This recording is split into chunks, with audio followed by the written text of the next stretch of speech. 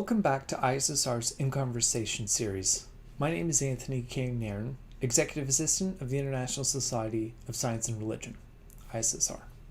If you're joining us for the first time, ISSR In Conversation is a discussion series where ISSR Fellows discuss topics on and related to their work and the happenings in the academic field of science and religion. If you enjoy this content and want to see or hear more of it, please consider hitting the like button and subscribing to our channel. Your support helps us keep content like this coming. And this is also available on most major podcast services, so do consider subscribing to the podcast if you enjoy listening while on the go.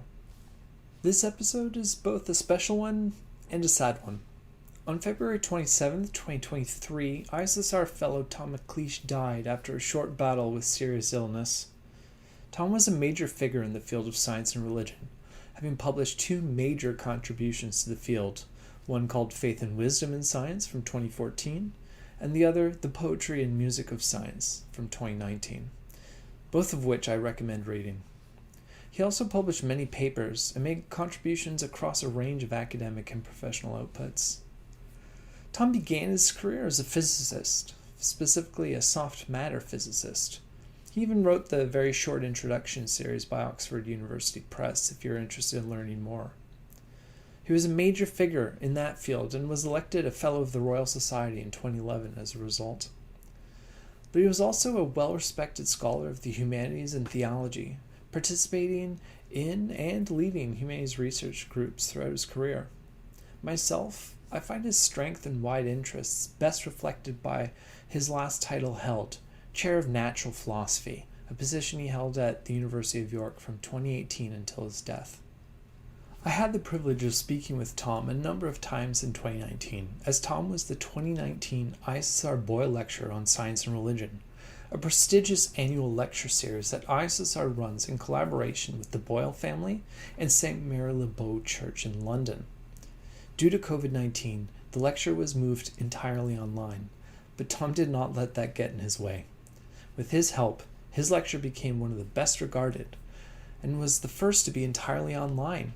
It also became our most viewed video on YouTube, and we now maintain an online recording of subsequent lectures as a result. If you have not yet watched the 2021 Boyle Lecture, I highly recommend it. And afterward, you could also watch the first post-lecture discussion, where other scholars asked Tom questions about his lecture. This was a first for the Boyle Lectures, and something we have kept going ever since. Links to both will be in the description box below. While Tom was ill, he would write to me often and keep me up to date on all things he found interesting relating to the field of science and religion. I remember his sharp and strong will, and he was always kind, polite, and eager to listen. This episode, then, is a celebration of Tom, a reflection of his memory and work. You will hear presentations from highly respected people in the field of science and religion from a range of disciplines, all of whom knew Tom both professionally and personally. In conversation are ISSR Executive Secretary Fraser Watts, Professor Christopher Southgate, Professor Wilson Poon, Professor Mark Harris, and Dr. Joanna Leidenhag. Links for each speaker will be in the description box as well. It should become obvious while listening just what impact Tom had on everyone who knew him and the field of science and religion. Please enjoy this episode of ISSR In Conversation on Tom McLeish. So it's a pleasure to welcome you to this ISSR session to honour Tom McLeish. Brilliant, distinguished, creative, a huge loss to the science and religion community. A very distinguished scientist and Fellow of the Royal Society, and making a really major contribution to science and religion, particularly with the two books, Faith and Wisdom in Science, and The Poetry and Music of Science. His Boyle Lecture was probably one of the best Boyle lectures there's ever been, I think, and given under the difficult conditions of COVID, a challenge that he rose to magnificently. So I think all of us here are very inspired by what Tom has done, and very aware of the extent of our loss. And we want just in a modest way to take stock of his huge contribution and to honor him and to continue to learn from him. And we have four speakers here who are going to speak in turn. And we'll have a short period of discussion after each of them. Wilson Poon, Mark Harris, Joanna Leidenhag, and Christopher Southgate. And I noticed as I was preparing for this session that we moved gradually north to south in our speakers. I hadn't planned it, but that's the way it starts. We start in Scotland with our first two speakers from Edinburgh. Professor Wilson Poon first, Professor of Natural Philosophy at the University of Edinburgh. Thank you for being with us, Wilson. Over to you. Thank you. Let me make the technology work. Yes. Right. Okay, so I was asked to speak just for a few minutes on Tom McLeish, the scientist. So I probably, in this gathering, I probably knew Tom for long enough, so I thought I'd show you a photograph of young Tom McLeish from 83, 84. That was him on the way with me to the Cavendish laboratory. In fact, I seem to remember that he was coming, he wanted to come and see my my laboratory experiment that I was doing as a final year project.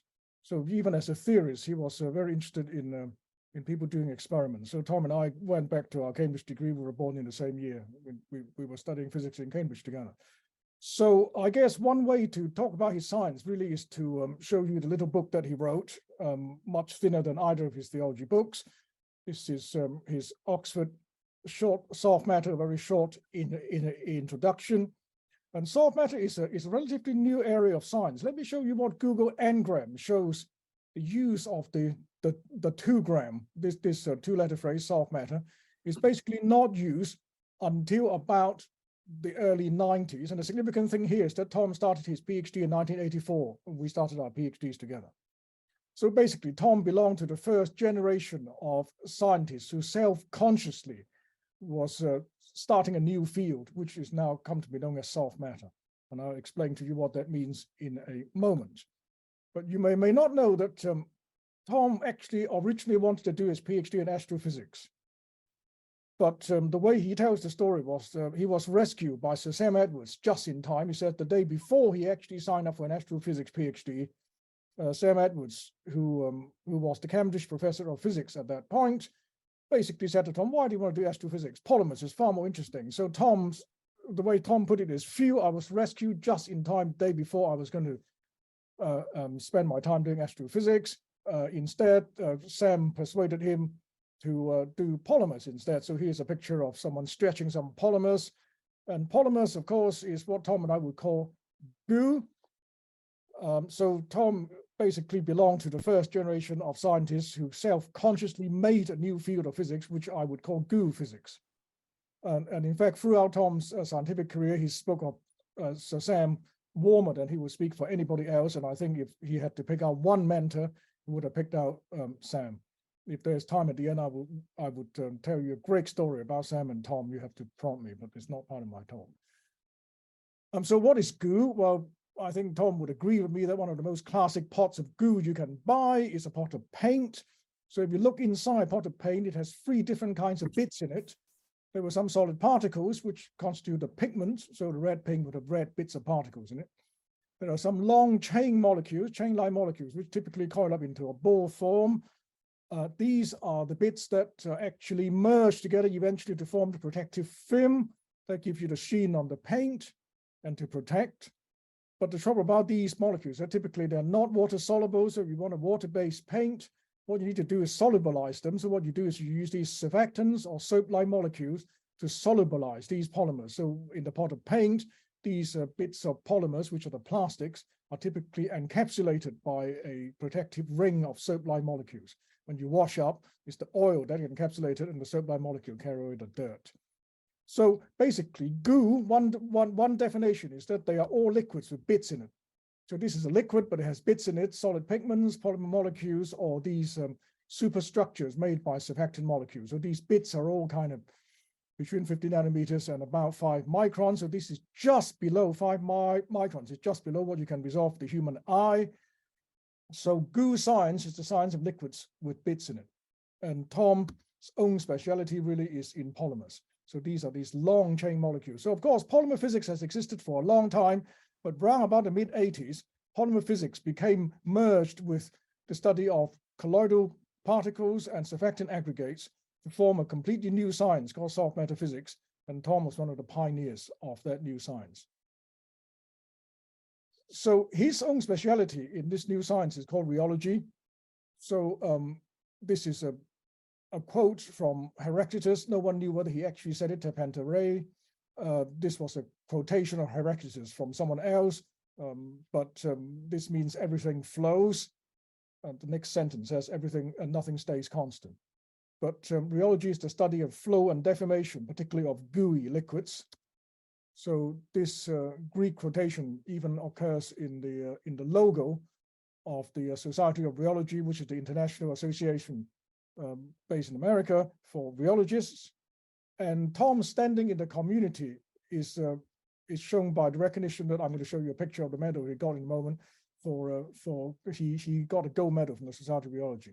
So in order to understand Tom's contribution, I need to explain to you Edwards and Degen's tube model of reptation. Edwards here is Sam Edwards. Degen is P.G. Degen. He was awarded the 1991 Nobel Prize. Everybody thought it should have been given to Edwards and Degen together, but I don't know why Sam Edwards didn't get it, but never mind. So the tube model of reptation comes from the appreciation of how snakes would move through an undergrowth. So if you think of a long chain molecule like a polymer in a melt, so a melt is lots of polymer chains. Think of a dish of spaghetti. Suppose I pick out one of these pieces of spaghetti in red. So what you realize is that this chain, this red chain, its motion is constrained by many thousands of other chains. So it can't move any way it likes. So for example, you want to come up through the page, it can't, because in order to come up through the page, it has to break either this chain or break itself, right? So that's breaking of a covalent bond. Those chemical bonds are very strong, so it's just not going to happen under everyday stresses you can put in stirring a pot of polymer. So the movement of this particular polymer chain is constrained by thousands of its neighbors. Now, what Edwards and Degen realized was that what you can do is to just coarse grain the effect of all the gray chains as a tube. So the way you can think of the motion of the red chain, so that its motion at any one moment of time is constrained by a tube. And this tube is basically formed by all these other chains. Okay, so this is the key concept. So at any one moment, this polymer is not free to go anywhere. It can only wiggle along this tube. So this is a little bit like a snake moving through a whole bunch of twigs in the undergrowth of a forest. So hence the word reptation. So a snake reptates. Okay, so what happens is that as the chain wiggles along, this piece of chain has wriggled out of the original tube at one particular time. So this is the tube at time 0. So given a little bit of time, the chain wiggles up and down. So at some point, a little bit of it would have wiggled out. And so this part of the tube vanishes. So in other words, it's no longer feeling these constraints. So given enough time, the chain wiggles out of either ends, eventually would have wiggled out of the whole tube. Okay. So after a certain amount of time from this moment, the whole chain now is as good as free, is effectively free because none of the original constraints exist anymore. And that defines a characteristic time scale, tau naught, which increases alarmingly fast into some power, which is close to free, with the number of beats that makes up this chain. The longer the chain is, the longer it will take to wiggle out of this tube. So below this time scale, however many seconds this is, the tube behaves as if it is not completely free to go anywhere it likes. But beyond this time scale, the tube behaves as if there is no time constraints to its movement. Now that's fairly abstract, but basically I'm telling you this because Tom became one of the consummate both exponents and developers of a tube model. He basically applied these insights of Edwards and Degen to industrially useful materials to make actual usable numerical predictions. So I'm going to get no more complicated than this, and this is the only equation I'm going to show. And to show his achievement, he was awarded the 2010 Bingham Medal by the Society of Biology. This is, you can consider this the highest award in a subject in the world. So that's how high a regard he was held in. So everything that you need to know about polymers is shown by this demonstration of silly putty. I'm going to stop this. So can you still hear me? I think you can still hear me. So let me play this video again. No, sorry. At short time scales, when you pull it slowly, below this tau naught time scale, it just deforms. The polymer chains behave as if it has no constraints. But you want to try to deform it at a fast time scale, such as the time scale of the bounce, then it behaves as if the chains are constrained. If you're constrained, you can't move anywhere, then you behave like a solid. So at short time scale, the time scale of the bounce, the chains all behave as if they are constrained, they can't get anywhere, they behave like a solid. At long time scale, when you deform it slowly, the thing can move. So Tom became an expert in applying this chain model. Now, what has this got to do with theology? Let me make you a comment. The point is, this process is called coarse graining. There is no actual tube here. The tube is a fiction, is a figment of the theorist's imagination, but it represents very well the constraints that are imposed on this chain by these all these other chains. So this is called coarse graining, and so there exists a legitimate and very fruitful level of theorizing that neglects microscopic details, and that I think give Tom throughout his life a healthy skepticism of any totalizing theory of everything on microscopic constituents. And I think you can recognize some of his theological motivation from here. So he also applied coarse graining to biophysics. In the latter part of his scientific career, he did a lot of biology. In fact, he completely overturned the lock and key model of enzyme action. The traditional model of enzyme action says an enzyme is like a lock, totally rigid. The substrates for the enzyme is like a key, totally rigid. The substrate fits into a rigid keyhole, and the enzyme does something to it. And what he showed is that enzymes actually need to wobble. So he coarse grained this very complicated enzyme into just 2 boards connected by 5 springs. And that coarse graining model shows you that this enzyme can only work if all the bits actually wobble. And that means that the lock cannot be rigid and the substrate cannot be rigid. And so that is another example of Tom's coarse graining. And some of his most interesting contribution concerns topology. So, this is a linear chain polymer, but you can make all kinds of other polymers. This is a coarse grained picture, but you can see that the connectivities are different. And Tom spent a lot of time and got very famous thinking about these dumbbell polymers. So this dumbbell is a multi-arm branch polymer. And you can see that for this multi-arm branch polymer to wiggle out of this chain, these arms cannot individually wiggle out. They have to collectively wiggle out. And so this becomes a bottleneck. This becomes a bottleneck. And Tom becomes very famous after this paper, in which gave a tube model for the simplest multi-branch polymer. Now, the reason for telling you this is twofold. One is that one of his best papers, I think, where he talks about topological order that comes out of topology as one of the most important emergent properties. That the topology of a chain cannot be reduced to the individual constituents. So that comes directly from his scientific work. Secondly, let me take you to this verse in Genesis.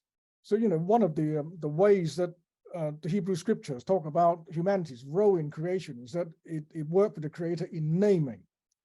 Well, so Tom was drawing this picture together with Ron Larson. And at some point, they looked at each other and said, well, what do we call polymers like this, especially in this configuration? What do you think they called it? I mean, I wasn't there, but I can hear the way Tom laughs when they come up with this name. I mean, only Tom and Ron Larson, who is another very famous physicist, who is also a devout Christian believer from Michigan, they came up with this name. And whenever I talk to Tom about science, whenever anybody talks to Tom about science, you get the feeling from him that science is hilarious fun. So I think his work on the pom-pom polymers not only illustrates his deep thinking about coarse graining, about topology, about emergence, but also reflects the fact that he thinks science is great fun. And I think that is absolutely crucial. I mean, this is Tom, by the way, this is a young Tom in the 80s in a Cambridge College Christian Union annual house party being encased in a tube. I don't know how he feels about me showing you this picture, but I think this is my picture of Tom having great fun. But okay, I mean, let me take you a little bit to Proverbs 8:30. I was beside him, this is wisdom speaking, like a little child when the Lord created everything. When I was daily his delight, playing before him always. Tom didn't say this in his book on wisdom and science, but I'm absolutely certain, because I talked to him about it, that he agrees with me that if we're going to recover what it means to use this bounty of knowledge wisely to the benefit rather than the destruction of humanity, rediscovering the playfulness of science is absolutely crucial. And I think Tom's entire scientific life is a recovery of the playful delight of wisdom at the beginning of creation. Now, of course, you know, because Tom says so in the book, he wrote this book in order to construct a theology of science. So let me end by giving you a little bit of history of how that enterprise began. It begins with this book. Tom and I has a nasty habit when we go and stay with each other to put one book next to the bedside of our guest to see whether we can keep our guest awake all night because he has to finish the book. I think I won this contest because this book, which I put next to Tom's bedside cabinet when he stayed with me, kept him awake all night. He read it all night, and he alternately laughed and cried. And that led to us writing this paper. This was Tom's first publication in Science and Theology. It's my first two. We responded to Steiner's real presences because it really literally made us both laugh and cry together. And in this paper, this is how we ended. Let me just read this out to you and then I'll finish. Strangely, the distant key of Steiner's coda is precisely the key in which we have struggling to articulate a theology of science. This is where we both began, understanding that what is needed is to articulate a theology of science. Our minds, the shape of a Christian understanding of the scientific enterprise, thus have that same outline of Friday, Saturday, Sunday. And what we mean by that is a biblical theology, and Tom understands, and his books show that his theology of science is a biblically based one, of our meeting with the material world to say that science is a work of Saturday. What we mean by a work of Saturday is that it is a mixture of hope and pain. And so also the shock of relevance, when we follow Steiner on his journey and find it at the close of real presences, it tells us that art, poetry, and music share with science the same mixture of hope and pain. Herein lies his second book about poetry. But the reason why I want to bring that up is that sounds like a good coda for us to say in memoriam of our friend Tom in pain and hope. Thank you. Thank you very much, Wilson. Thank you for that, conveying the importance and the excitement of Tom's scientific work. We can pause for a moment if anyone has questions or comments. Thank you very much for that contribution. In which case, let's go on to Mark Harris, Professor Mark Harris, Professor of Natural Science and Theology, also at Edinburgh, and currently President of ESSAT. Mark. Thank you, Fraser. And thank you also, Wilson, for that really lovely introduction to Tom and his identity as a scientist theologian towards the end, which is what I was asked to talk about as well. So I'm going to say, I'll try not to say the same things as you, Wilson, but I'm sure there will be some overlap. Now, hopefully you can all see my slides by now. Is that right? Could someone give me a thumbs up or something? Yes, we can. Brilliant. Thank you very much. So I'm going to split my talk into three. First, Tom as a scientist theologian, then Tom as a natural philosopher. And I should note that Wilson is also a natural philosopher as well as his title. And then I'll say a bit more about the Faith and Wisdom in Science book, because I think this is really Tom's magnum opus as a scientist theologian. Well, this title, scientist theologian, I've become rather fascinated with this category of being, a species, if you like, of academic over the last few years. And I've been collecting various quotations about what other people say about us, because I get labeled with this title. And I know Tom has been labeled with it. Various others have been. And he and I, when we saw each other and spoke about this, we would inevitably talk about John Polkinghorne, who, of course, died very recently as well. And we had an ISSR session about him just, it was about 6 or 7 months ago, I think. And I ended up reflecting on some of the same themes. What does it mean to be a scientist theologian? What does it mean to be branded as a scientist theologian? And Tom and I used to talk about this, and particularly because we both came from the stable of physics. Tom also wrote a nice little paper about Polkinghorne as a scientist theologian, and he couldn't resist the temptation to bring the book of Job in there, which I thought was an interesting thing, because I don't remember Polkinghorne saying much about Job, but nevertheless, Tom did this. And so what I've done in my slides is to think a little bit about this scientist theologian category and how well does it apply to Tom. So when we think about the scientist theologian, various names come to mind, such as Ian Barber, Arthur Peacock, and of course, John Polkinghorne, who I found a nice little paper about John in particular, which explored this category. And I think we can probably apply this to Tom as well, with some qualifications. I don't think we would call him one of the first generation scientist theologians like Polkinghorne and Peacock. He would certainly be one of the new generation, I think. And like I said, he wrote a very touching appreciation of Polkinghorne in 2021, exploring this title. Now, significant to the title of scientist theologian is this category of bottom-up thinking. And in fact, Tom discusses this in his paper about Polkinghorne. So I'll just read this quotation that Polkinghorne himself, this is how he describes himself as a bottom-up thinker, or I suppose we might say a scientist theologian. And John wrote, "It is by seeking to start with the phenomena that give rise to the theories that I characterize myself as a bottom-up thinker. It's a natural stance for a scientist to adopt," says Polkinghorne. "We've learned so often in our exploration of the physical world that evident general principles are often neither so evident nor so general as one might at first have supposed. Many theologians are instinctively top-down thinkers," he said. "I don't deny a role for such ambitious intellectual effort. I'm merely wary of it and wish to temper its grand generality with the questionings that arise from the consideration of particularity." So for Polkinghorne, he had this sort of binary, if you like, between the kind of bottom-up approach of the scientist and the top-down approach of the theologian. Now, what would a scientist theologian be? Would they be a bottom-up person or a top-down person?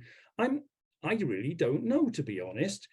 Did Tom think in a bottom-up way or a top-down way?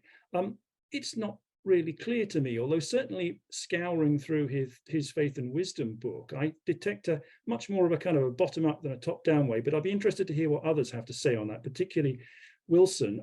But I'm not sure that this is so really a useful category for thinking through Tom as a scientist theologian anyway. And I'd rather use something else I've discovered down the years in thinking through this job description of scientist theologian, which comes from Philip Hefner. And he, again, was talking about John Polkinghorne. And I'll just read this quotation through. So this is Philip Hefner speaking about John Polkinghorne. "Without wishing for a moment to denigrate the brilliant intellectual substance of Polkinghorne's work or his intention to advance towards a cogent statement of truth, I'd characterize his work and that of other scientist theologians as a form of confession. This witness is especially significant since our culture possesses no publicly acknowledged alternative to the warfare hypothesis. I think we miss Polkinghorne's cultural significance and intellectual theological impact if we don't see that his confession is more important than, say," and then Hefner goes on to talk about some of Polkinghorne's famous theories in science and religion. So for Hefner, who of course, speaking as a theologian, he sees Polkinghorne's main contribution in terms of confession. Now, would that be valid for thinking about Tom as a scientist theologian? Perhaps more so, I think. And I certainly value and the many talks I saw him give, the books and papers I read of his in the science theology world, particularly the work he did in making science so much more accessible to people, talking about the mystery and of course the wisdom that science brings. And this is perhaps a way into the scientist theologian category that I personally find a little bit more accessible than talking about bottom up, top down, and so on. This idea of confession. Other issues that we might want to consider in thinking through Tom as a scientist theologian. Critical realism is something that I'm often asked about. Am I a critical realist? And I never know how to answer this. I'm not sure Tom would have known. Well, I'm sure he would have had a good answer. I wouldn't describe him as a critical realist, though, in the way that the first generation of scientist theologians, such as Polkinghorne and Peacock, they were so closely associated with this. I wouldn't describe Tom as a critical realism. I think he was much more concerned with the search for wisdom rather than any discussion of what was real or anti-real. And here are some great quotations from his Faith and Wisdom in Science book. I mean, the book is full of good quotations, really, about science. So I just collected a few here. He said, "Good science is arguably about being false in a constructive way that takes us nearer the truth, rather than capturing truth in some timeless way." I don't think a critical realist would put it like that, but I can see exactly what Tom is saying, and I think he's absolutely right that this is true to good science. It's about being false in a constructive way. Another quotation from near the beginning of the book: "Although science has delivered the knowledge to solve these problems," and Tom has just been talking about various problems like climate catastrophe, for instance, and poverty, he says that science, the wisdom to use science, doesn't seem to come with the package. And so in many ways, this book is an attempt to start to talk about the ways in which science might gain, or scientists, or we might gain some wisdom in order to use science. I think Tom was much more concerned with wisdom, the search for wisdom, than he was with the real. And this is why I think critical realism probably wasn't a central concern for him. And so this is why I think that actually it's more appropriate to speak of Tom as a natural philosopher than a scientist theologian, although of course he worked in theology. But his last job title was Professor of Natural Philosophy. And I think it was absolutely the right one for him, because he had an absolute love of wisdom. Here's another great quotation from Faith and Wisdom in Science. Tom says, "We know better than to swallow an inadequate narrative that portrays science as simply replacing an ancient world of myth and superstition with a modern one of fact and comprehension." So he's talking to the conflict hypothesis here. "Science, as we framed it within a broader and older love of wisdom of natural things, does indeed call on a growing illumination of nature by experiment and imagination. But science also emerges from an ancient longing and from an older narrative of our complex relationship with the natural world. Its primary energy is imagination rather than fact. Its primary experience is more typically trial than triumph." This is another great quotation because it manages to capture quite a lot of what Tom is doing in the book by looking at really quite ancient texts, like the Book of Job, for instance, and some ancient thinkers. So as you'll probably be well aware, one of the things that Tom is well known for is his interest in medieval philosophy and the work he did on the 13th century Bishop Robert Grosseteste. And in the book, Tom uses Grosseteste as an example of someone in his own search for wisdom, thinks about cosmologies of his day, particularly Aristotelian thought, theological moves, and makes a really amazing move towards a modern sort of relativistic understanding of light, which is quite astonishing, really. And this, we have Tom to thank for pointing us towards the ways that some of the medieval thinkers made astonishingly contemporary kind of moves in their thought about the natural world. Now, in the book, those of you who've read it will be aware that Tom is not just talking about science at all. It's really a book about the humanities as well, and other kinds of sciences than just the natural sciences. He includes the social sciences in there, literature, music, history, and of course, theology. Now, theology comes in for the greatest attention in the book, including the natural sciences. particularly in Tom's extended treatment of how to build a theology of science.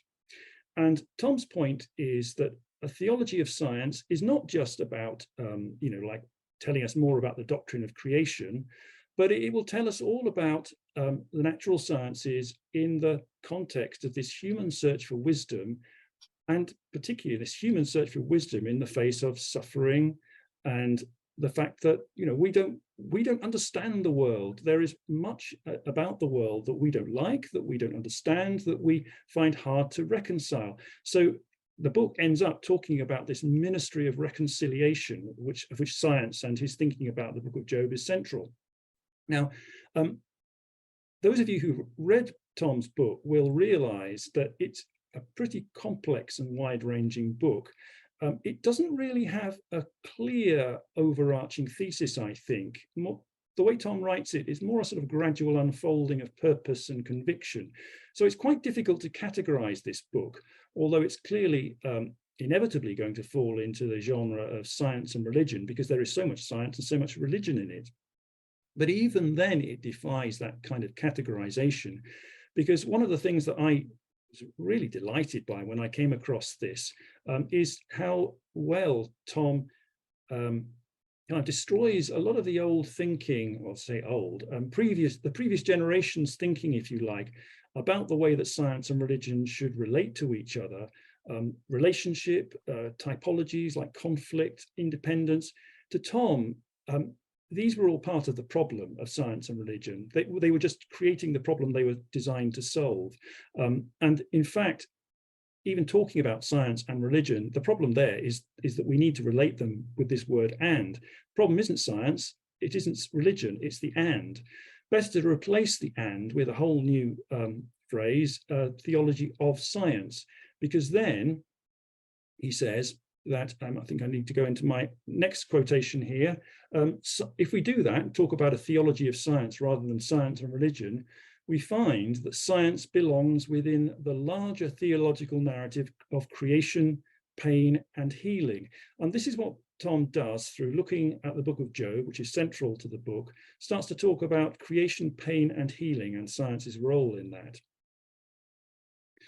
And what Tom does, it's interesting, Tom has become so closely associated with the book of Job, but when you look at how many pages he devotes to Job in the book, it's actually relatively slim, that section. Nevertheless, he goes through the book in quite a lot of detail. He engages with a lot of scholarship and shows that he has really done his work on this book, and provides a very inventive and original reading, which particularly is focused on the natural world in Job. And what he does, he describes how scientists are inevitably drawn to God's questions for Job in chapters 38 to 41. Another nice little quotation here from page 102. And this is where he's setting the scene. Job's search for wisdom, Tom says, strikes a chord with the modern scientist.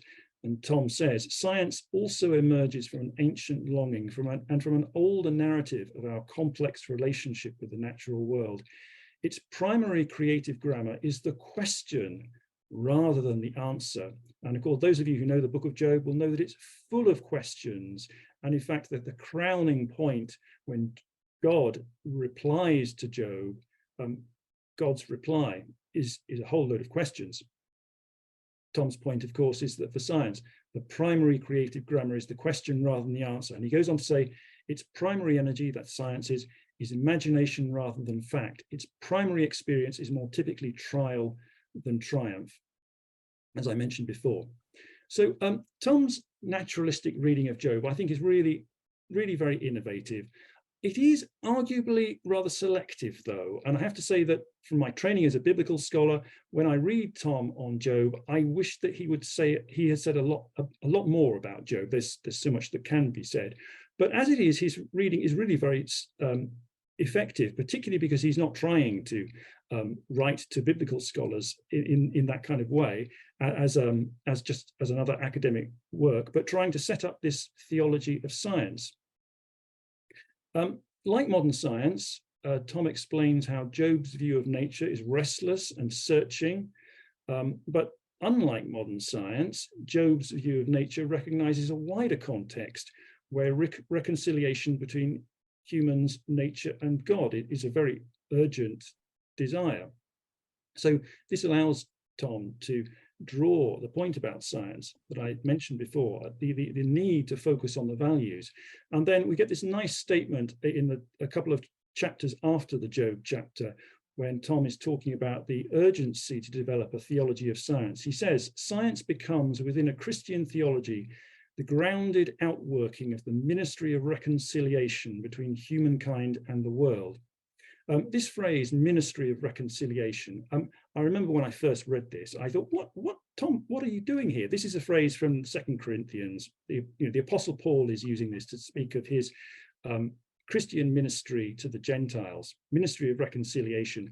How is this relevant to what scientists do? But it's a very striking instance of the way that Tom develops his thought across biblical texts, particularly Job, but also Paul, in the way that the sciences are doing much more than just learning things about the way the natural world works, but also have a role to play in the way that humans actually operate in the world and the way that we should be reconciled to the world. And I should really start to finish up by about now. So I've really just scratched the surface of this book and of Tom's career. I mean, he really is an absolute, or was an absolute towering figure in terms of the number of fields he worked in. And I'm sure that his theological thought would have been developed so much further if we had had him for longer. But we have what we have, and this is what we have.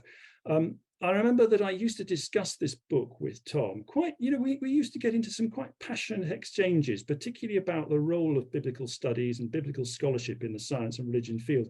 And we certainly didn't see eye to eye. And I remember in particular, the way that I was always intrigued by, I didn't understand what Tom was trying to say overall in this book. I think I've got it now, actually. For instance, I used to ask him, why is there no Christology in your theology of science? Why is there no clear eco-theology? And I think that his point was to place those of us who are in this situation of, we are the apostles of science and religion, if you like. We are the ministers of reconciliation, so we should be working this out in our own contexts in a way. So I think that what Tom was effectively doing was putting us, like Job, in that situation of questioning without telling us, or rather giving it to us on a plate. So I think those are some rather scattered thoughts about Tom's legacy, at least as a scientist theologian, and I will stop there. Thank you very much. That was very helpful again, and a great overview of that book, which was so central to what Tom has left us. Let's move a bit further south to the north of England, and Joanna Leidenhaag, lecturer in theology and liberal arts at the University of Leeds. Joanna. Thank you very much, Fraser, and thanks to Wilson and to Mark for what they've already said. I'm going to deliberately focus on a little bit of a narrower aspect of Tom's work. I mean, it still stretches a little bit, but I thought it would be most helpful to focus on the place in which my interactions with him were most commonly positioned and often most fiery. So I met Tom at numerous science and religion conferences, like many of us. And as I said in the obituary that I had the honor of writing for him for ISSR, such encounters usually ended up focusing on the issue of consciousness and emergence theory. So it's clear from the range of topics discussed in this meeting today that Tom could have talked to me about any number of things that he found fascinating, but he was always interested in my doctoral work and my research, which at the time was about the place of consciousness and theories of consciousness within the wider field of science and religion. Since I've only got 10 minutes, 15 minutes or so, I thought I'd give some references right here at the start for anyone who might be interested in doing further reading on what Tom had to say about this topic. Otherwise, I'll forget it at the end. So Tom worked for many years at the University of Durham on the Durham Emergence Project, and two notable articles that came out of this in his written by him, was Strong Emergence and Downward Causation in Biological Physics, which was published in Philosophica in 2017, and an article that Wilson has already mentioned, Emergence and Topological Order in Classical and Quantum Systems, co-authored with Mark Pexton and Tom Lancaster. If you want a snapshot of my ongoing debates with Tom, then actually published on the day that he died, is a edited volume called Conjunctive Explanations, which not only has chapters by both of us, but also short responses. And I'll be drawing on some of that crystallized and preserved debate that we had over many years in this little summary today.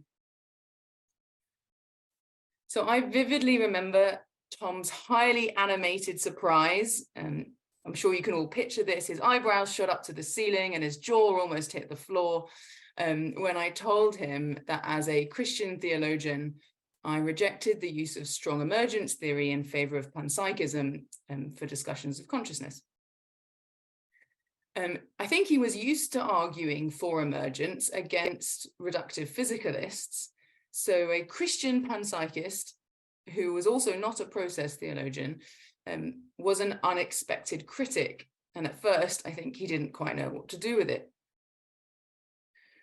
Tom knew that most debates on emergence theory versus reductionism are motivated by the desire to explain consciousness. He was very clear that he understood that this was what was at stake for most people. But he thought it was foolish to attempt to tackle such a complicated phenomenon as the human mind, when there are simpler examples of strong emergence that we might gain some purchase on first and more rigorously examine. And there's clear logic in this approach that's applicable to anyone to focus on what we do understand before jumping into the biggest mysteries of our world. But in particular, it was an advantage for Tom because it enabled him to draw on one of his greatest skills, I think, which was explaining to those of us like myself who haven't studied physics or chemistry since they left secondary school, about why particular concrete phenomena in the physical world might have vast and sometimes even existential importance for us and our own interests. So Tom's favored so-called simpler examples for talking about emergence were the fractional quantum Hall state in effect, where a collection of electrons are confined to a 2D plane in the presence of a magnetic field, and Tom's own pioneering work in polymers, which Wilson has already explained for us very well, in the entangled polymer ring fluids in particular. So I'm going to do my best to summarize Tom's arguments here, but please note, these are not my areas of expertise, they were Tom's. In both these examples, Tom argues that causal structures are manifest strongly emergent causation. That's causation that cannot be explained by appeal only to reductive forces at the micro level.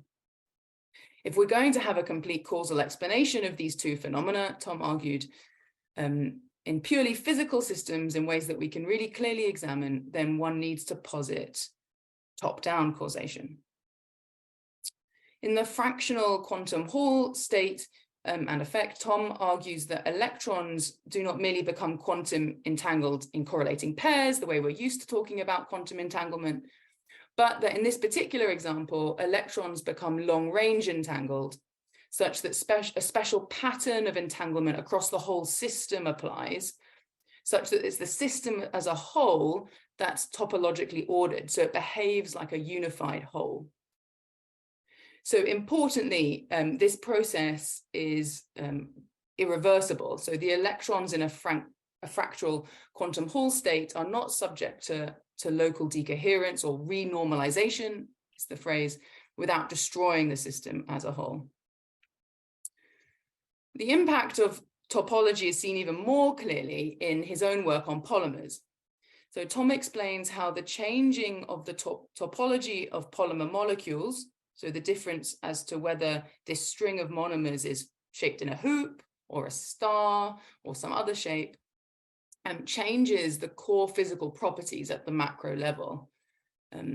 And Wilson's video of the Play-Doh-y stuff that can stretch in slow time, but behaves like a solid with a ball in fast time is an excellent example of this.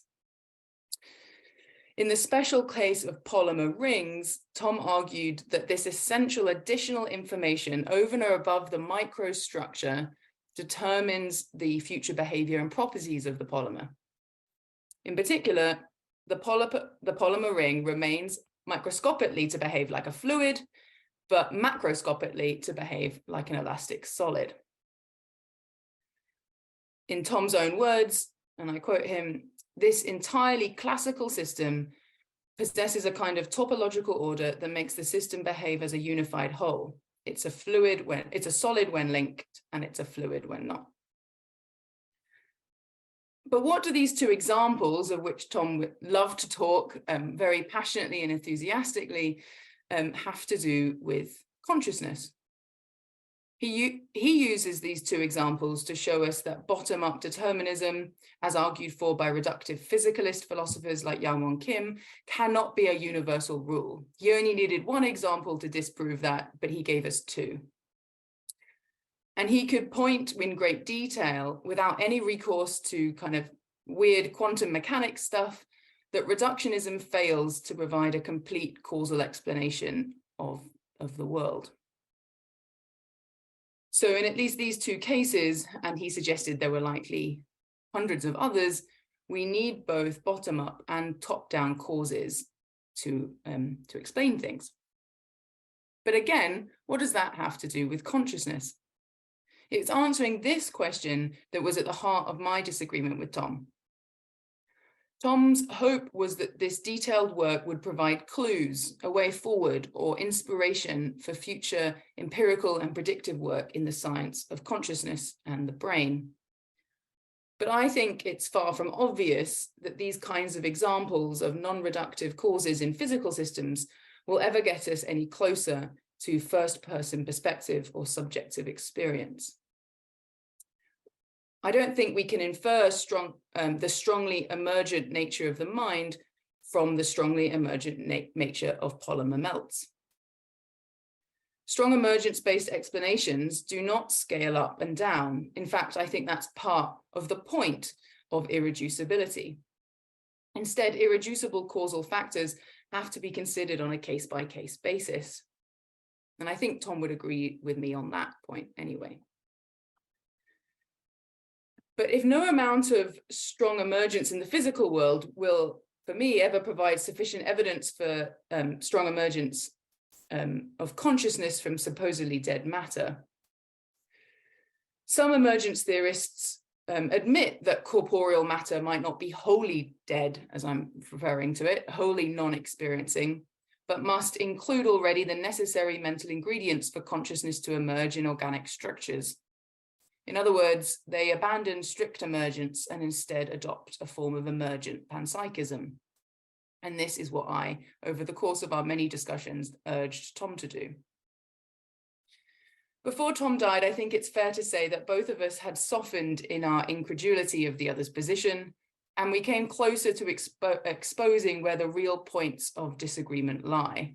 And isn't that the joy of prolonged intellectual disagreement? Tom convinced me that strong emergence with downward causation within the physical world may be something I have to accept as an empirical fact. If anything, I now realize that this may in fact aid the panpsychists in integrating their explanation of how subjects combine, or put more simply, why brains but not rocks are conscious, with contemporary science.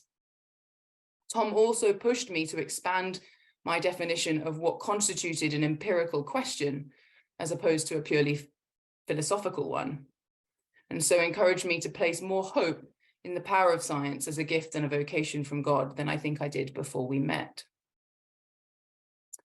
In return, I think I may have convinced Tom that panpsychism is not utterly ridiculous, which is certainly what he first assumed. And maybe I even persuaded him that it could, in theory at least, have some theological benefits. However, I would have needed many more years of conversation, I think, if I was ever going to get Tom to be a panpsychist. In truth, I'm not sure I ever would have got there. But I take comfort from the final line of his response to me in the edited volume I mentioned earlier, where he wrote, "I find myself in agreement with the author in all but the label that she advances." So thank you to Tom for his prolonged care and disagreement with me. And thank you very much, Joanna, for that fascinating account of your engagements with Tom. And I look forward to reading the published version of that in the book you mentioned. And we come further south to Professor Christopher Southgate, Professor of Theodicy at the University. Excuse me, I hoped I might get through the introduction before I sneezed, but I didn't. Professor of Theodicy at the University of Exeter, and going to talk about another aspect of Tom's many-sided achievements. Chris. Thank you very much, Fraser. It's a great pleasure to be part of this conversation. When I think of Tom McLeish, one thing that immediately comes to me is his sense of delight at new discovery. I was very glad that Wilson mentioned Proverbs 8:30, "I was daily beside him as a little child," because Tom in his passionate enthusiasm would talk about a new finding about the processes of the natural world, almost like a small boy describing unwrapping a Christmas present. And I sensed that he was just as delighted whether the finding came from his own group or someone else's. That sense of excitement at something revealed, brought to light, makes it unsurprising that Tom was so fond of the descriptions of mining in Job 28, quoting, "The men set their hands against the flinty rock and overturn mountains at their roots. They split open channels in the rocks, and their eye lights on any precious object. They explore the sources of rivers, bringing to light what has been hidden." Tom points out in Faith and Wisdom in Science that out of all God's creatures, only humans make possible this form of seeing. And Tom presses on to propose that this exploration is an analogy to God's own contemplation of the world, and to claim that, quote, "Wisdom is to be found in participating in a deep understanding of the world, its structure and dynamics." Well, so far we might be tempted to think of him as a physicist with an extraordinary taste for burrowing into difficult biblical books and the energy to pursue over the course of 20 years. His sense that the church does need a theology of science, as well as just an interdisciplinary conversation.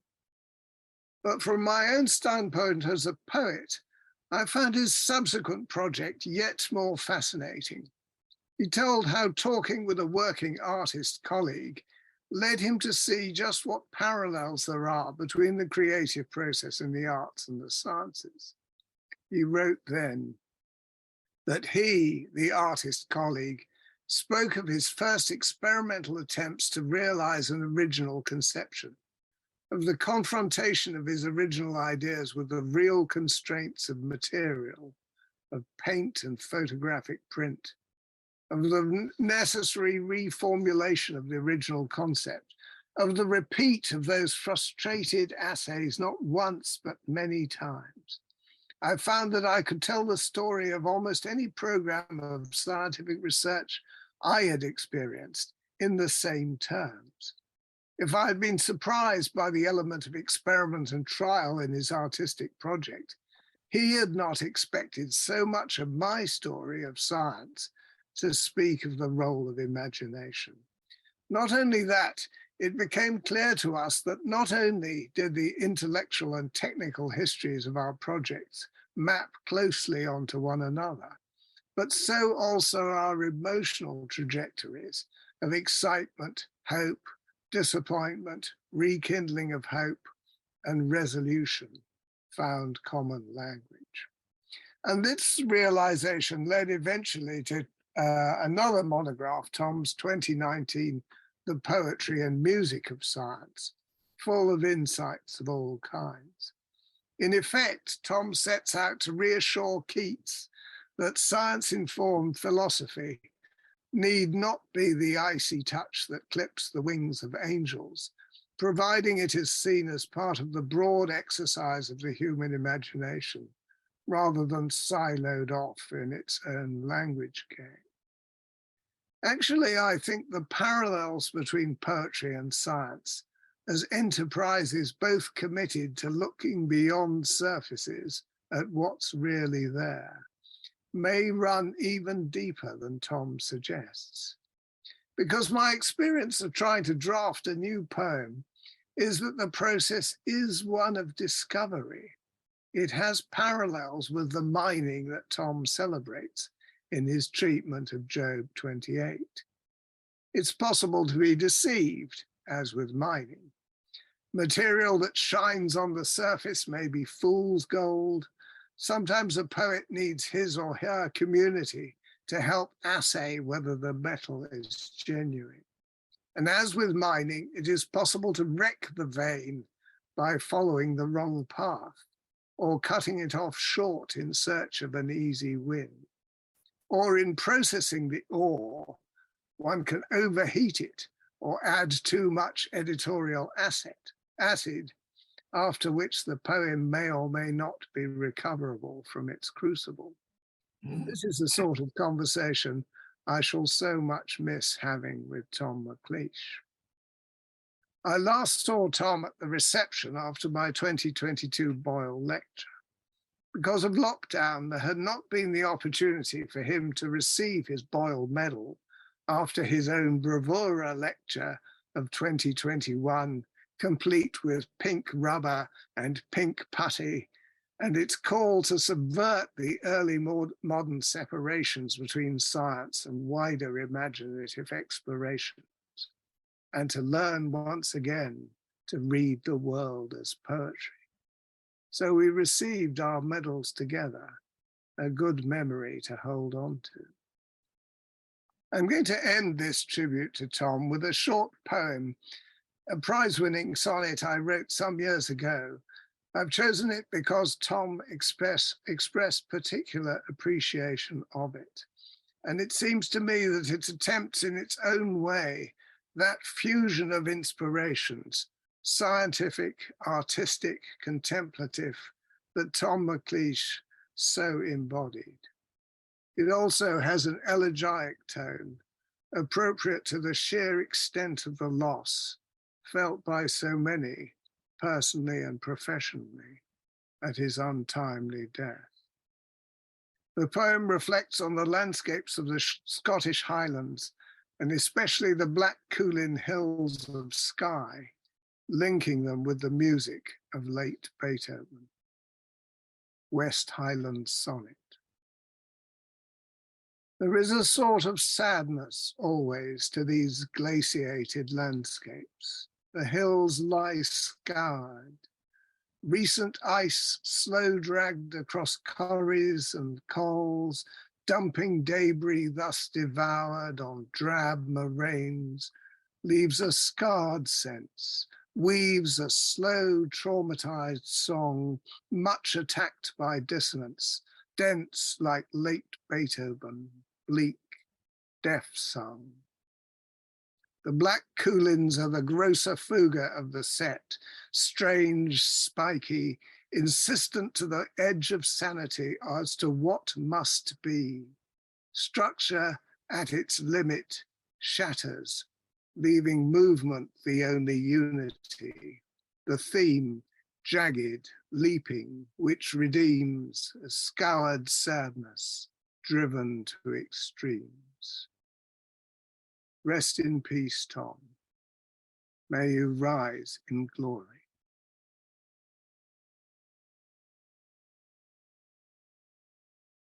Thank you very much again, Christopher. Very moving. Thank you.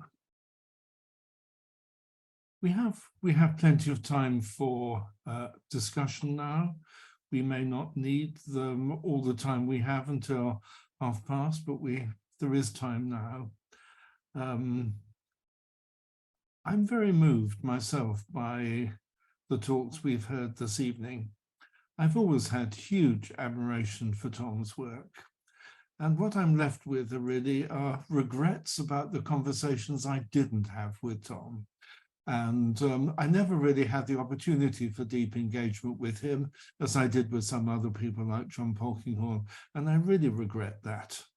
And there are two conversations in particular I would like to have had with Tom. One, and I just sort of touched on this in the response to his Boyle lecture, is that I think the maverick Cambridge-based science and religion group, the Epiphany Philosophers, were sketching out some time before Tom the kind of theology of science that he wanted to see in the work of people like Margaret Masterman and Dorothy Emmett. A theology of science which recognized the importance of contemplation in science and its centrality to it. I'd like to have had that conversation with Tom. And another hero of mine is Owen Barfield, one of the Oxford Inklings, friend of Lewis and Tolkien, who had a very, very rich theology of imagination that I think Tom would have found fascinating. I think there are aspects of Barfield that he would have reacted against, and I think we might have had quite a fiery conversation about Barfield, as Joanna had about other things, but it's a conversation that I regret not having had and now never will have. Just a few thoughts of my own. I wonder if any of the speakers would like to respond to what they've heard from the other speakers. We have time for that if there's anything you'd like to say. I want to ask Mark a question. Please do. Yeah. I found what you said about scientists, theologians, and then wisdom very helpful, Mark. I'm just wondering if you could, I guess, crystallize for me how Tom's work might have changed your own identity as a scientist, theologian, or not, or whatever label you would prefer. But does that make sense? Thanks, Joanna. Yeah, great question. I have often been labeled as a scientist theologian, but I've never really liked the title myself. I don't expect Tom would have particularly appreciated it either, because he chose the natural philosopher title for himself. And incidentally, I would love to hear Wilson's take on this next, because he came first, so hasn't had a chance to sort of talk about the scientist theologian himself. I think Wilson is a very prominent scientist theologian as well, or natural philosopher. I've always found Tom's work, his theology, to be really difficult to get a handle on. And that may be because he wasn't a systematizer. Maybe he was a bottom-up thinker. I'm not sure. Again, I suspect he would resist that as well. But in any case, we all remember how conversations with Tom would be very, very quick, scattergun, ideas flying everywhere, and very, very exciting. I think his writing, his theological writing, is like that too. So it's quite difficult to find clear overarching strategies, arguments. But I think, having read the Faith and Wisdom in Science book a few times now, and I personally do think that is, at least for me anyway, his kind of magnum opus, the one that I get the most out of. This issue about exploration of wisdom is really important. And I think, so, teaching the science and religion world, critical realism is always so central because it gets mentioned so much, particularly by the first generation. I suppose one thing I've taken from Tom is that if we're going to go beyond that, then wisdom is a pretty good category to replace it with, and to think about the way that science works and that we work as scientists and scientist theologians. But I'm not sure that I could say much more that it is overarching and strategizing, because I don't think Tom's thought works like that. But I'd love to hear what Wilson thinks. I mean, maybe I can contribute to you a little bit of insight to where both of us started in Cambridge when we were studying. Certainly in the more evangelical tradition that we both belong to, the Cambridge Intercollegiate Christian Union, there's a very clear hierarchy of Christian vocation. On the top of it is being a missionary. If you really must, you can be a church minister. And if you're failing all of those, you should do a people-centered vocation, like being a doctor. But why would you spend all day in front of a blank piece of paper doing calculations, or in my case, in a dark room fiddling with a laser? I mean, that's the lowest of the low, only just a little bit above being a thief. Both of us has a very strong sense that, although we wouldn't have quite dared to put it in those terms in those days, that God has called us to be physicists. But we have no idea what that may mean. So in other words, there's no spirituality to help the scientist bum on the pew. You know, if you join a church, they don't want to know about your physics. They want to know, can you lead a Bible study group? Are you going to be a missionary? And it's just no good. So both of us felt very lonely. So we found each other. And our journey started with trying to articulate what might it mean to be called to be a physicist as a Christian believer. And I think you will fail to understand Tom at the bottom of it if you didn't know that that's where he started. In the end, it's a struggle in the best sense of the word, to articulate what it might mean to be a physicist, called to be a Christian, called to be a physicist. And I think that explains why, for example, I mean, the best way I can explain to you the genre of what I think faith, wisdom, and science is a rhapsody. To use a musical term, it's not a sort of Beethoven symphony. It's a rhapsody, is the way I look at it. And in terms of system, I mean, I can tell you what my latest conversation with him in the last 2 years have been, and I know what he's been thinking almost literally on his deathbed, where I pushed him most. I mean, I can't remember who said this, but, you know, given how much he wanted to say about Job is, to me, disappointingly low amount actually on Job in that book. And the other time I felt it was Marilyn McCord Adams, Christ and Horrors.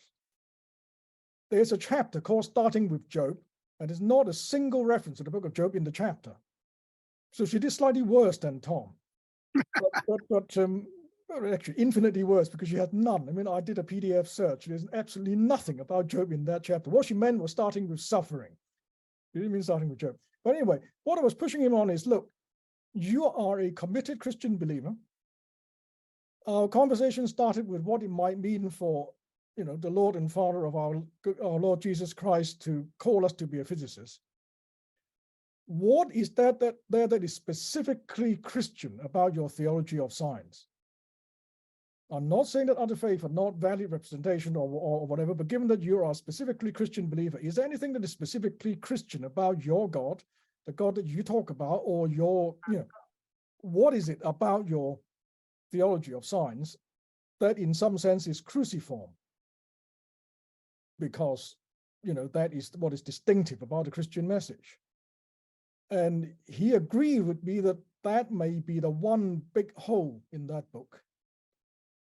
And I think he managed to think himself, and it's a pity that I don't know what he thought about this in detail, or whether he has managed to write anything down. But he was meditating on the last word of Christ in John's Gospel on his deathbed. So when Jesus said tetelestai, what is the it? What is finished? So, you know, the traditional view might be the redemption of mankind is finished. The work of salvation may be finished. And I think his final answer would be, in fact, the work of creation is finished. That there's something started in Genesis 1 that is actually not finished until then. And the conversation that we had was partly about Robert Groteste, because you may remember Robert Groteste was one of the minority who believed that the incarnation would have happened without sin. And so there's something about the death of Christ that transcends even the salvation of the world, Captain has fallen into sin. So I think that's the direction his thoughts were moving. I hope he has time to write some of it down. That eventually some of them may be published, but he was meditating on Tetelestai. But I don't know whether that helps, Mark. But I think, scientist, theologian, is that how he would have thought about it? I think he was a Christian scientist looking for a vocation. I think from there, everything flowed. Thanks, Wilson. That's really helpful. I'm also interested to hear you reflect on the point that there's so much of Tom's thought that we don't have written down. Yes. I mean, we're all, in effect, we're all waiting for the next book, which never came. But do you think there may be some other writings that might be collected together? But he was certainly writing. I mean, we wrote something for your volume, so he was certainly writing towards the end. Yeah. So I have no reason to believe that that's the only thing he wrote. That quantum theology essay that he wrote with me. So he was writing, and I know.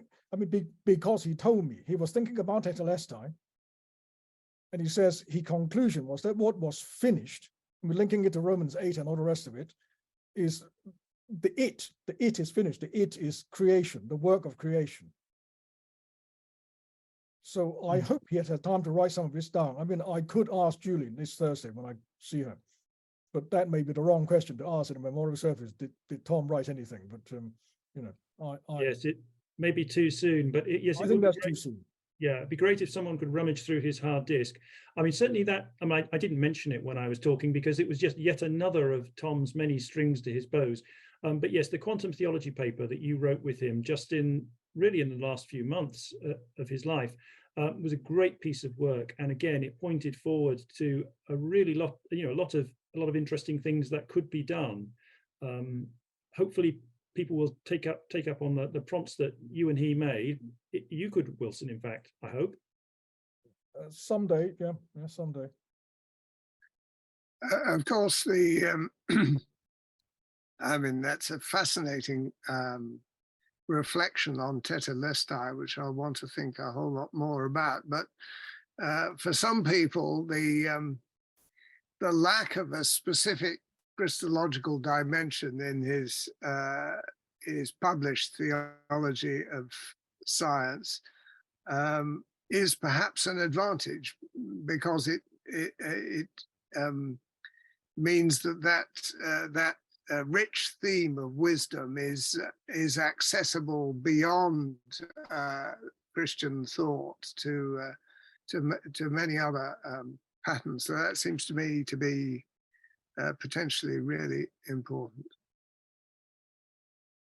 I mean, I think like almost everything else that is worth thinking about, a strength is always simultaneously a weakness. I mean, there's no two ways about it. I mean, I completely agree with what you said. Nevertheless, I mean, there is. I mean, going back to McCord Adams in her Christ and Horrors, she has this interesting phrase called the lowest common denominator God. And there are some discussions of science and religion, especially that go to the LCD God, that eventually becomes not particularly satisfactory. I mean, this is, insofar as I've had arguments with Tom, that's what we argue about. That whether talking about science and religion in terms of an LCD God, in the end, has some weaknesses. Yes, and and in a way, it seems to me that divine speech in Job kind of runs counter to that tendency, because it wants to insist on a very particular character to the creator God, it seems to me. Right, and that speech, of course, in the context of Job, the Christian would like to say that it comes to a focal point on Good Friday and Easter Sunday, right? And so I think if Thomas had another 20 years, undoubtedly he would have gone down that direction, because he's laid down a path for himself already. And that was what I was hoping that in our dotage, in our retirement here, and I may actually work on together. I had hoped that, because he was interested in it, but it's not to be. In terms of forthcoming books, there's an interesting note in the chat from John Topham. And John, for the record, can you just say for us what you said in the chat? Certainly, yes. As I understand it, the project that Tom had at York with Amanda Rees and Franziska Kult is due to result in a book about conflict around science and religion. It's called, I think, War of the Worlds, Science, Religion and the Human Future, and that's contracted with OUP. I think what I heard was that David Livingston at Durham was going to be involved in pulling it all together in Tom's absence, but don't take that as gospel. Do you mean Wilkinson? David Wilkinson is what I mean, yes. Confusing my Davids. Thank you for sharing that. Any questions from those who are here but haven't spoken? If you do have questions, you're very welcome. Or comments. Can I make one more comment? Please. The other thing that, I mean, if anyone eventually want to write a PhD thesis on Tom and to get to the bottom of it, the other aspect of Tom that no one has mentioned so far, but I think is essential, is Tom as the preacher, after he was a lay reader. And I think, I mean, if musically, I would put his book as a rhapsody. Theologically, in terms of genre, I would put it as kerygma. I would put it as proclamation. And proclamation, by its nature, is untidy. Jesus was not a tidy theologian. Paul was not a tidy theologian. They were quick-fire preachers. So I think the way to understand that book is, again, you should treat each chapter as a sermon. I think all kinds of interesting things come out when you think about it. If you begin to hear it as being proclaimed from the pulpit, you hear it differently. Interesting. Try reading it out as a sermon, aloud. I think I'd also like to pay tribute to Tom's work in encouraging that initiative, equipping Christian leaders in an age of science, and his insistence on the importance of ministers acquiring a scientific literacy. I mean, I think the churches have been very slow in this area, but I think that initiative has given a very helpful spur to that work, and in important ways that which will roll themselves out perhaps over a generation, but it's a very important start, I think. Definitely. I mean, there are so many different things that could be said about Tom, aren't there? His many achievements. I just wanted to make one personal comment, which was one thing I really valued about him, was that when he was in a room, he was often the center of the attention, not because of his greatness or sense of authority, or because he was telling it like it is to everyone, but because he was very warm and always so enthusiastic. And I noticed how many of us in the course of talking have said how easy it was to have arguments with Tom and to dispute things. And I really appreciated listening to Joanna's dispute about panpsychism. It just seems natural that when referring to Tom, we might talk about the things we would disagree with him about as well as agree, because he was that kind of sparky, incredibly, the kind of person who would just give you thoughts and just make things pop into your head, new ideas. So it was part of the energy that he just instantly infused into a room, I think, when he was there. And that's one thing I just want to mention that I really valued about having Tom in a meeting. It would always liven it up massively. But we really did have the competition of leaving books next to each other's bedside to see which one can keep the other person awake. And Steiner really did keep him awake all night. He woke up in the morning. I said, "Did you have a good sleep?" He said, "No, but it was a jolly good book." So, yes, and that's the sort of person he is. We're towards the end of our time. It's been a great session, and I'm very grateful to everyone who's contributed and spoken. And thank you all so much. Tom was a great person, made a huge contribution to the field of whatever we want to call it, science and religion or whatever. That's not a debate to have at this moment, but a huge contribution to the interest of all of us. And he will live on in our minds and thoughts and memories and hearts. Thank you all for being part of this session.